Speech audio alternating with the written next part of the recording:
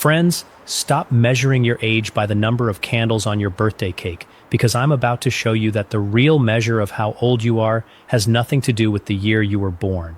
I'm Dr. William Lee, and in my 31 years practicing medicine, I have sat across from patients who are 65 and already fading. And I have sat across from patients who are 79 and could outperform people half their age. The difference was never luck. It was never genetics. It was a specific set of abilities that science now confirms are the most powerful predictors of longevity, independence, and what researchers call functional vitality, the ability to truly live your life, not just exist through it. Now, a landmark study published by the Journal of the American Medical Association followed over 43,000 adults aged 65 and older for a period of 12 years. What they found was staggering. The individuals who maintained 8 specific physical and cognitive abilities into their 70s and 80s were 67% less likely to enter a nursing facility, 72% less likely to develop dementia, and lived an average of 11 years longer in full independence than those who had lost these abilities. 11 years, think about what 11 years means. Grandchildren growing up, anniversaries, mornings with coffee and sunlight, and the dignity of doing things for yourself. And I want to tell you right now, number 2 on today's list is going to shock you. It is something almost every doctor overlooks, something no pharmaceutical company will ever profit from, and it is one of the single greatest predictors of whether your brain will still be sharp at 85. So stay with me because you do not want to that one. But before we dive into this list, I want to ask you something directly. Leave a comment below and tell me how old are you right now, and what is the one physical activity you still do that makes you feel most alive? I read every single comment on this channel, every one. Your stories matter to me, and they matter to the thousands of people in this community who need to hear that it is possible to thrive at 70, at 75, at 80, and beyond. We are counting down today from number 8 to number 1, from impressive to extraordinary. If you can still do all 8 of these things, you are not just healthy. You are, in the most literal scientific sense of the word, a rare gem. Let's begin. Number 8. You can rise from the floor without using your hands. I know what you might be thinking. That sounds simple. But I want you to understand something. This single movement is so predictive of mortality that researchers in Sao Paulo, Brazil, published a study in the European Journal of Preventive Cardiology that tracked 2,002 adults over a period of 6 years. They found that individuals who needed both hands and knees to get up from the floor were 5 to 6 times more likely to die during the study period than those who could rise with minimal support. 5 to 6 times. That is not a minor finding. That is earthquake-level science. Here is why this matters so specifically for aging bodies. After the age of 70, your body begins losing something called fast-twitch muscle fibers at an accelerated rate. We are talking about a loss of up to 35% of your explosive muscle strength per decade after 65. These are the fibers that catch you when you trip, that push you upward when you fall, that keep you from becoming a fall statistic. And falling, I must tell you plainly, is the number 1 cause of injury-related death in adults over 65 in the United States. This movement tests your leg strength, your core stability, your hip mobility, and your neurological coordination all at once. I had a patient, Margaret, 74 years old, from Boise, Idaho. She came to me after her second fall in a year. She could not get off the floor without grabbing a chair. Within 8 months of targeted floor-to-stand training, combined with daily walking and resistance band exercises, she was getting up fluidly, had not fallen once, and told me, and I will never forget this, Dr. William Lee, I feel like I got my confidence back. That confidence is not vanity. That confidence is survival. If you want to preserve this ability, practice sitting cross-legged on the floor twice a week and rising without assistance. Pair this with leg press movements and vitamin D3 supplementation. Research from Harvard Medical School shows that D3 deficiency dramatically accelerates muscle fiber loss in adults over 65. The scientific references for everything I'm sharing today are in the description below. Number 7, you can balance on one leg for at least 10 seconds with your eyes open. This might feel like a party trick. It is not. The British Medical Journal published a study in 2022 involving over 1,700 adults between the ages of 51 and 75, and they discovered that individuals who could not hold a 10-second one-leg stand had an 84% higher risk of dying from any cause within the next decade. 84%. That number should stop you cold. What is happening in your body during a one-leg balance? Your cerebellum, that is the part of your brain responsible for coordinating movement and spatial awareness, is firing in rapid, intricate patterns. Your inner ear's vestibular system is communicating with your eyes, your joints, and your spinal cord simultaneously. After age 70, this entire system begins to deteriorate unless it is actively trained. Think of it like a telephone network. If the lines are not used regularly, they begin to fray and disconnect. The practical prescription here is straightforward. Stand on one leg while you brush your teeth. Do it every morning, every night, 30 seconds per side. Progress to doing it with your eyes closed, which is significantly more challenging and engages even deeper neurological pathways. Pair your balance training with magnesium glycinate supplementation. Research from the University of Vermont shows magnesium plays a critical role in neuromuscular communication, and 79% of adults over 70 are deficient in it. Magnesium is essentially the mineral that keeps your nervous system's wiring intact. Number 6, you can walk a quarter mile without stopping to rest. A quarter mile is 4 city blocks. It sounds modest, but research from the University of Pittsburgh School of Medicine, following thousands of adults over age 65, found that walking speed and walking endurance are among the most reliable predictors of survival in older adults, more reliable in some analyses than cholesterol levels or blood pressure readings alone. Adults who could not walk a quarter mile continuously had a 40% higher mortality rate over the 6-year study period. Here is a physiology that makes this so profound. After the age of 75, your cardiovascular system begins to lose what scientists call aerobic capacity, the ability of your body to deliver oxygen to muscles efficiently at a rate of roughly 10% per decade. The mitochondria in your muscle cells, think of them as the tiny power plants that generate your energy, begin to decline in both number and efficiency. When you walk regularly, you are literally stimulating the creation of new mitochondria. That process is called mitochondrial biogenesis, and it is one of the most powerful anti-aging mechanisms your body possesses. I want you to try something this week. Walk outside, not on a treadmill. Outside, where the terrain is uneven, and your brain has to engage with the environment. Walk 4 blocks without stopping. If you can do that, add 1 more block next week. Pair your walking with CoQ10 supplementation, which research from the Cleveland Clinic has shown significantly improves mitochondrial efficiency in adults over 65. Number 5, you can carry on a conversation while doing a physical task simultaneously. This one surprises people every time I bring it up in a clinical setting.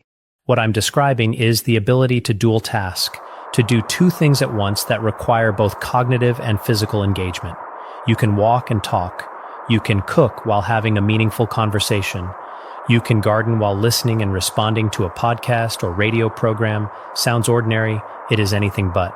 The Alzheimer's Association released research showing that adults who struggle to maintain a conversation while walking, a phenomenon called stop walking when talking, show measurably accelerated cognitive decline. The reason is that dual tasking draws on your prefrontal cortex, the brain's executive command center, as well as your working memory and your motor planning circuits all simultaneously. When these systems can work in concert, it means your brain's different regions are still communicating efficiently. When they cannot, it is one of the earliest measurable signs of neurological aging. Think of your brain like a city. The different neighborhoods are your cognitive functions. The roads between them are your neural connections. Dual tasking is the equivalent of rush hour. It tests whether the roads are wide, well-maintained, and capable of handling traffic.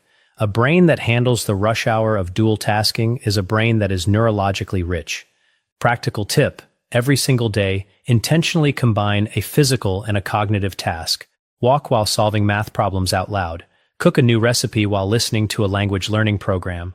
Garden while having a phone conversation with a loved one. And pair this with omega-3 fatty acids, specifically DHA, which research from Oxford University shows increases the thickness and conductivity of myelin, the protective sheath around your neural connections. Think of myelin as the insulation around electrical wiring. DHA keeps it thick, keeps it functional, keeps the signals clear. Now, this is the moment I want to pause and say something directly to you. If you are finding value in what I am sharing today, if this information feels like it was made for you, please take 5 seconds right now and hit that subscribe button and give this video a like. I pour everything I have into this research because I believe you deserve the truth about what your body is still capable of. We are halfway through this list and the most powerful items are still ahead. Do not go anywhere. Number 4, you can read standard-sized text without magnification. Here is something the mainstream health conversation almost entirely ignores. Your visual acuity, the sharpness of your eyesight, is not merely a quality of life comfort. It is a direct predictor of cognitive longevity. A study from the University of Michigan involving nearly 3,000 adults over 65 found that those with uncorrected vision problems showed cognitive decline at 2.5 times the rate of those with normal or corrected vision. 2.5 times. Now, I am not saying that needing reading glasses is a catastrophe. Many people need corrective lenses, and that is entirely manageable. What I am talking about is the eye's underlying cellular health, the density of the macula, the transparency of the lens, the health of the optic nerve. These are windows, quite literally, into the health of your central nervous system. After age 70, the eyes lose between 40 and 60% of their light sensitivity due to the natural narrowing of the pupil and the yellowing of the lens. The retinal cells begin to lose their regenerative capacity. Inflammation, the silent fire that burns through aging tissue, plays a central role in conditions like macular degeneration and diabetic retinopathy, both of which accelerate cognitive decline through mechanisms researchers are still unraveling. What you can do is concrete. Lutein and zeaxanthin, 2 carotenoids found in dark leafy greens like kale and spinach, have been shown in research from the National Eye Institute to reduce the risk of macular degeneration by up to 40%. Pair them with zinc, which acts as a transport mechanism, driving these nutrients directly to retinal tissue. And reduce your screen time in the hour before sleep, as blue light exposure accelerates retinal oxidative stress. Eat your leafy greens every day. Your eyes and your brain are thanking you with every forkful. Number 3, you can recall a short list of items from memory after 30 minutes. A friend tells you they need you to pick up 4 things from the store. 30 minutes later, without writing them down, you can still name all 4. This ability, what neuroscientists call delayed verbal recall, is one of the most sensitive early indicators of hippocampal health. This decline is one of the major reasons older adults often describe life as becoming flat or less exciting, even when nothing objectively bad is happening. But here is the critical point. This system is not simply wearing out in a fixed way. It is highly responsive to stimulation, novelty, and emotional engagement. When you can still feel anticipation, when a planned trip, a meal with friends, learning something new, or even a small future event makes you genuinely light up inside, it reflects that your dopaminergic circuitry is still actively recruiting neural resources in the prefrontal cortex and limbic system. In simpler terms, your brain is still projecting forward in time. That ability is a hallmark of what neuroscientists call future-oriented cognition, and it is tightly linked to resilience against depression, cognitive decline, and even reduced mortality risk in longitudinal aging studies. Research from Harvard Medical School and Massachusetts General Hospital has shown that sustained engagement in novel, meaningful, or socially rewarding future events correlates with better preservation of executive function and slower cognitive aging trajectories. In other words, the brain that still looks forward is biologically different from the brain that no longer does. And importantly, this is not just personality, it is neurochemistry. Dopamine signaling affects motivation circuits, attention allocation, and even physical movement initiation. That is why reduced dopamine activity in aging is also associated with apathy, slower gait speed, and reduced engagement in daily activities. But the encouraging part is that dopamine pathways remain plastic. They respond to behavior. Novel experiences, learning new skills, travel, social connection, and even structured goal setting can all reactivate dopaminergic firing patterns. This is why routine is stabilizing, but novelty is biologically restorative when applied in balance. Practical approach. Intentionally schedule something to look forward to every week, even if it is small. A new recipe, a short trip, a class, a social visit, or learning a simple skill. The key is not magnitude, it is anticipation. Combine this with regular physical activity, especially aerobic exercise, which increases dopamine receptor sensitivity and supports overall neurotransmitter balance. Number 1, you can recover quickly from minor physical setbacks like a cold, fatigue, or a bad night of sleep. This final marker is what clinicians sometimes refer to as physiological resilience, the body's ability to return to baseline after stress. And this is, more than anything else on this list, the defining feature of healthy aging. A 75-year-old who catches a cold and is back to normal in 3 or 4 days is operating in a completely different biological category than someone who takes weeks to recover from the same illness. Why? Because resilience depends on multiple systems working together. Immune response speed, inflammatory control, hormonal balance, mitochondrial energy production, and autonomic nervous system flexibility. Studies from the National Institute on Aging show that reduced resilience is one of the earliest predictors of frailty syndrome, a condition that dramatically increases risk of hospitalization, disability, and mortality. When your body can no longer bounce back, even small stressors begin to accumulate into long-term decline. But when resilience is intact, the body behaves like a well-regulated system. It responds strongly to stress, then efficiently returns to equilibrium. That is the difference between vulnerability and robustness. And here is the most important part: resilience can be trained. Sleep quality, resistance training, protein intake, and social connection all play measurable roles in restoring physiological recovery capacity. Even something as simple as walking daily, maintaining muscle mass, and keeping consistent sleep-wake cycles can significantly improve recovery speed after illness or fatigue. This is why two people of the same age can look radically different biologically. One is aging chronologically, the other is aging functionally. So, when you step back and look at this entire list, from balance to strength to memory to motivation to recovery, you start to see the real message. Aging is not a single process. It is a collection of systems, and every one of those systems can be measured, trained, and improved. The real question is not how old are you, it is how well is your body and brain still functioning today. And that answer, more than any number, determines how you will live the years ahead. When this system degrades, something terrifying happens that most doctors do not discuss with their elderly patients. A person begins to feel that the future holds nothing worth waiting for. They lose interest in planning, in novelty, in connection.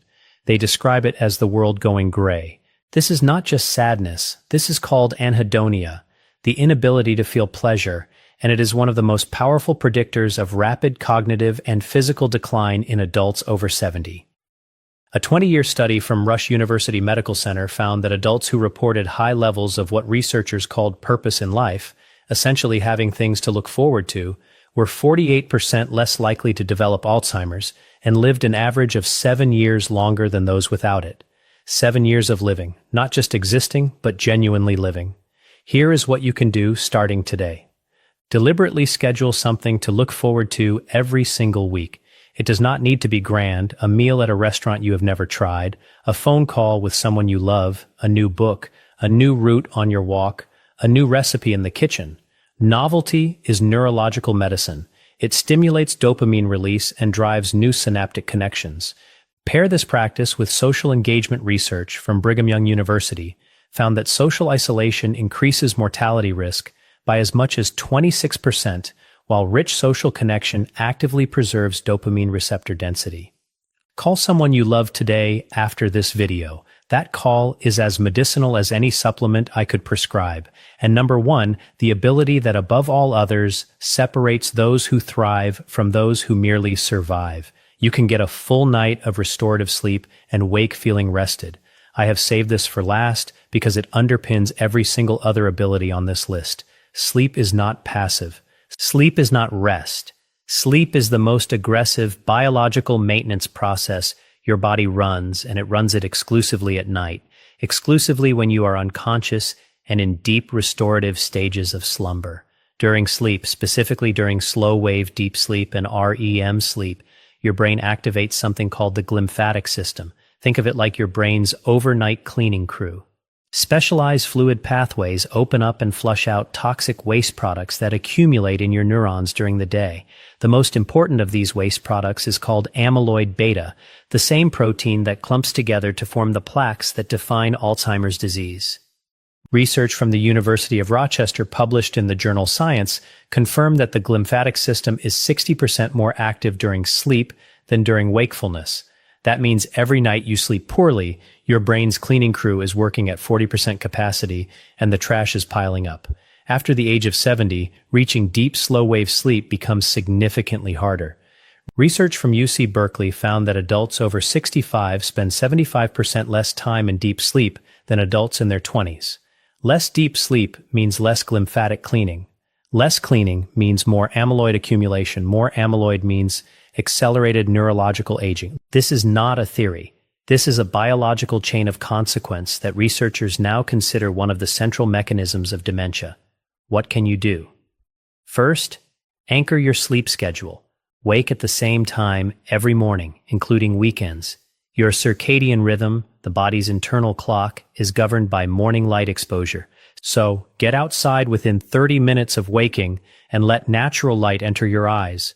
This resets your melatonin production cycle and significantly improves your ability to reach deep sleep that night.